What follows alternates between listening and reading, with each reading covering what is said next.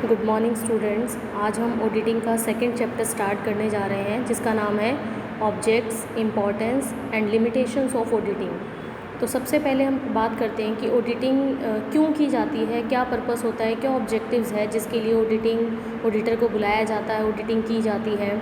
तो आप इस चैप्टर में समझोगे।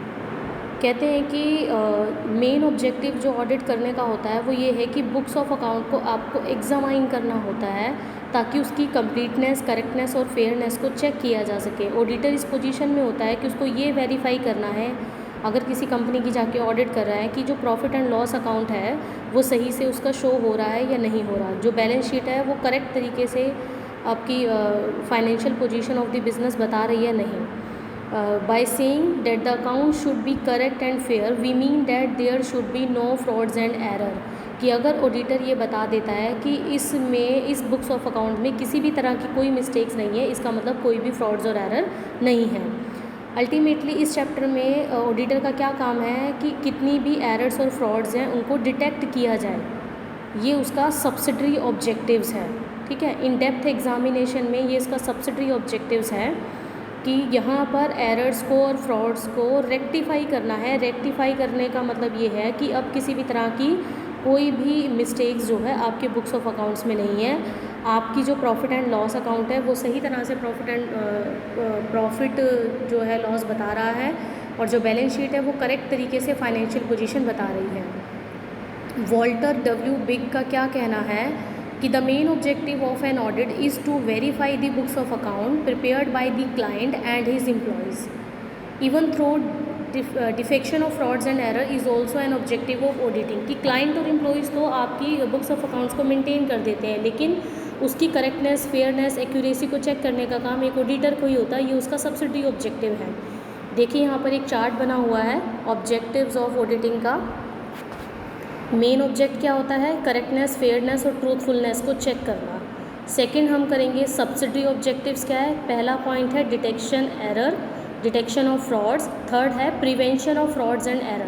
पहले आप ये करोगे कि एरर को डिटेक्ट कैसे करना है, फ्रॉड्स को कैसे डिटेक्ट करना है, फिर उसकी प्रिवेंशन कैसे की जा सकती है, सुधार कैसे होगा।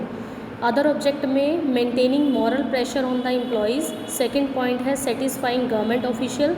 थर्ड पॉइंट है लीगल कंप्लाइंस। अब वन बाय वन मैं आपको ये एक्सप्लेन करने जा रही हूँ। जैसे कि फर्स्ट है मेन ऑब्जेक्टिव। मेन ऑब्जेक्टिव में कहता है कि ऑडिटिंग का मेन ऑब्जेक्टिव क्या है? बुक्स ऑफ अकाउंट की करेक्टनेस, फेयरनेस और ट्रूथफुलनेस को चेक करना। एक ड्राफ्टिंग कर दी जाती है, उस ड्राफ्टिंग में ट्रूथफुलनेस, फेयरनेस और एक्यूरेसी का पता लग जाता है, जितनी भी अगर एरर को डिटेक्ट कर लिया जाता है। आप यहाँ बताओगे कि ऑडिट हमें सिर्फ इन्फॉर्मेशन ही नहीं प्रोवाइड कर रहा था, बल्कि करेक्टनेस, फेयरनेस और कंप्लीटनेस को भी चेक करना है, ताकि हमारी बुक्स ऑफ अकाउंट्स में कितना प्रॉफिट एंड लॉस हुआ है, हमारी बैलेंस शीट प्रॉपर तरीके से फाइनेंशियल पोजीशन शो कर रही है नहीं कर रही। इस मेन ऑब्जेक्टिव्स के लिए वो काम करता है, और ये सारी रिपोर्ट जो है लास्ट में जाके सबमिट करा दी जाती है। सब्सिडी ऑब्जेक्टिव क्या है? मेन ऑब्जेक्टिव को अचीव करने के लिए जो क्राइटेरिया हम सेट करते हैं उसको हम सब्सिडी ऑब्जेक्टिव्स कहते हैं। इसमें 3 पॉइंट आएंगे: detection of errors, detection of frauds, prevention of errors and frauds. पहले मैं अभी आपको डिटेक्शन ऑफ एरर्स और उसके अंदर सब पॉइंट्स जो हैं वो समझाने जा रही हूँ। डिटेक्शन ऑफ एरर्स कहते हैं कि इसमें जो एरर्स है वो due to negligence and lack of knowledge, मतलब कि आपको किसी कॉन्सेप्ट की नॉलेज नहीं है या जानबूझकर आप वो गलतियाँ कर रहे हो, तो ये वो एरर होती है जो कई बार डेलिबरेटली, मतलब जानबूझकर भी की जाती हैं। कमिटिंग फ्रॉड्स की फ्रॉड्स के पर्पज़ के लिए की जाती है। तो इन एरर्स में ऐसी कौन कौन सी एरर्स आती है जिनका ट्रायल बैलेंस के ऊपर कोई इफेक्ट नहीं पड़ता और ट्रायल बैलेंस अपने आप ही टैली हो जाता है। आगे लेज़र और बैलेंस शीट तक भी हमें ये नहीं मालूम हो पाता कि भाई किस तरह की एरर्स हुई हैं। तो आगे वन बाय वन मैं आपको समझाती हूँ, और ये तभी पता लग पाएगा जब ऑडिटर इन डेप्थ एग्जामिनेशन कर रहा है।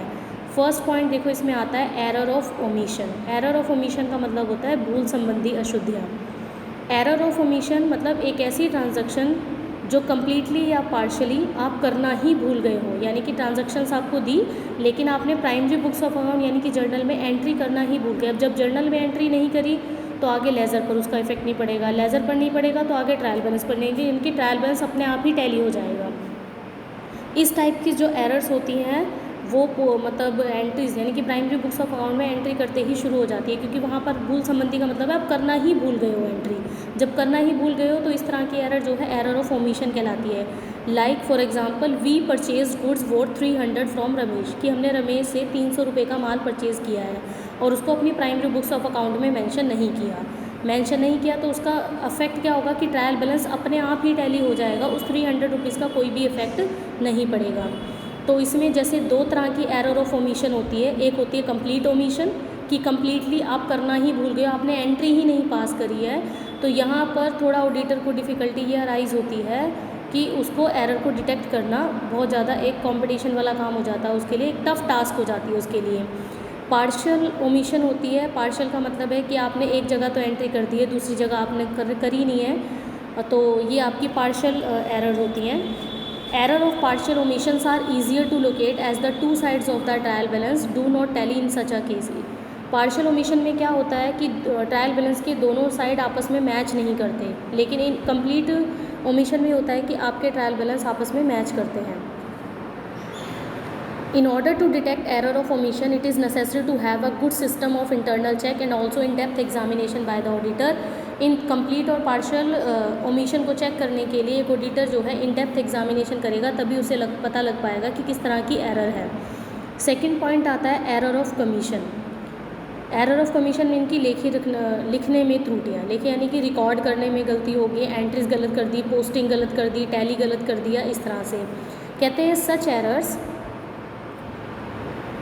such errors occurs when a transaction is wholly or partially recorded wrongly in the books of account, कि आपने गलत बुक्स ऑफ अकाउंट में एंट्री कर दी है, चाहे फिर वो रॉन्ग एंट्री से की हो या फिर रॉन्ग टोटल किया हो, रॉन्ग पोस्टिंग की हो और ओवर बैलेंसेस कर दिए हो, कैरी फॉरवर्ड करने में कोई दिक्कत आ गई हो, इस तरह की जो एरर्स होती है वो एरर्स ऑफ कमीशन होती हैं। ये भी कम्प्लीटली और पार्शली होती है। पहले ही मैं बता चुकी हूँ कम्प्लीटली का मतलब है कि आप प्रॉपर तरीके से आपने वो एंट्रीज़ ही गलत कर दी है, तो उस केस में क्या होगा, एंट्री वहाँ पर गलत करी है, मान लो 500 रुपये से कर दी है, ठीक है, 50 रुपये से करनी थी, तो 50 का टोटल वो आगे चलता रहेगा और आपका ट्रायल बैलेंस आपस में टैली हो जाएगा।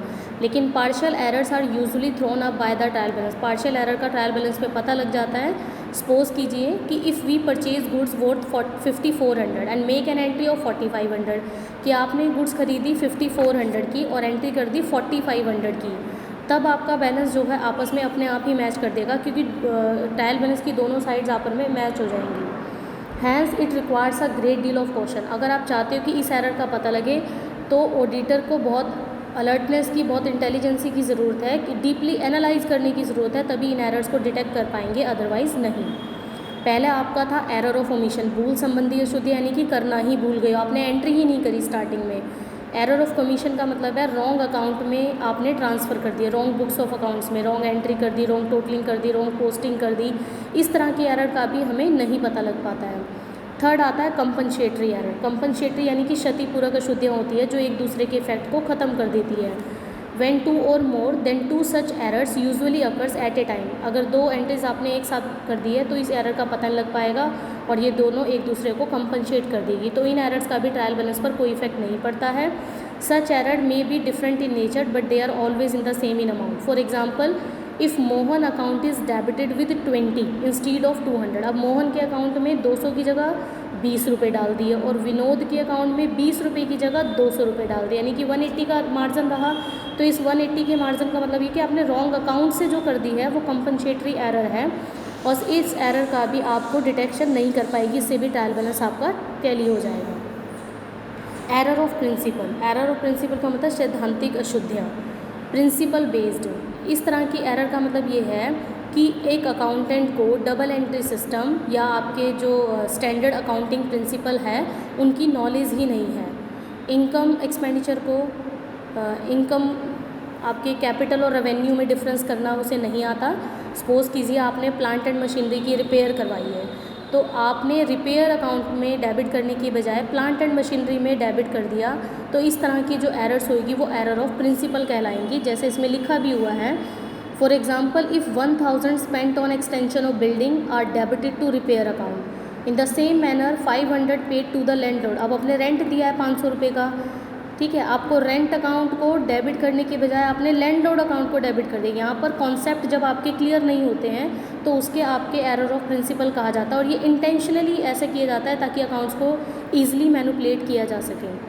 नेक्स्ट आता है एरर ऑफ डुप्लीकेशन। नाम से पता लग रहा है डुप्लीकेशन, कि एक ही एंट्री को जब आप 2 बार शो कर देते हो तो वो एरर ऑफ डुप्लीकेशन कहलाता है। देखो, such error usually occurs when the same transaction is entered twice in the primary books, कि सेम ट्रांजैक्शंस आपने प्राइमरी बुक्स ऑफ अकाउंट में 2 बार एंट्री कर दी और 2 बार ही वो लेज़र में शिफ्ट होगी, तो इस तरह की जो ट्रांजैक्शंस होती है वो एरर ऑफ डुप्लीकेशन कहलाती है। जैसे example, if 1000 are received from Mohan, Mohan से आपको 1000 रुपये रिसीव्ड हुए, and the same entry is recorded twice in the books of account and also posted twice into Mohan account, Mohan के अकाउंट में भी 2 बार उसकी एंट्री कर दी। तो इस तरह की जो एरर होती है वो एरर ऑफ डुप्लीकेशन कहलाती है, और ये लापरवाही के कारण होती है कि अगर एम्प्लॉय सही तरीके से अपना काम नहीं कर रहे हैं, वहाँ पर उनकी अलर्टनेस नहीं है, इंटेलिजेंसी नहीं है, तो इस तरह से ये एरर्स होने के चांसेस रहते हैं। अब ये तो थी आपकी देखिए यहाँ पर मैंने आपको बताया था एरर ऑफ ओमिशन, भूल संबंधी अशुद्धियाँ कमीशन में रॉन्ग पोस्टिंग एंट्री से होगी, कंपनसेटरी एक दूसरे के इफेक्ट को ख़त्म कर देती है। एरर ऑफ प्रिंसिपल में इनकम को रेवेन्यू को इनकम को एक्सपेंडिचर इस तरह से ट्रीट कर लेते हैं जब आपको कॉन्सेप्ट क्लियर नहीं होते हैं। एरर ऑफ डुप्लीकेशन में आपने ट्वाइस एंट्री कर दी मोहन के अकाउंट में, आगे भी डबल में आपने ट्रांसफ़र कर दिया लेजर अकाउंट, तो इस तरह की एरर जो होती है वो डिटेक्शंस ऑफ एरर होती हैं।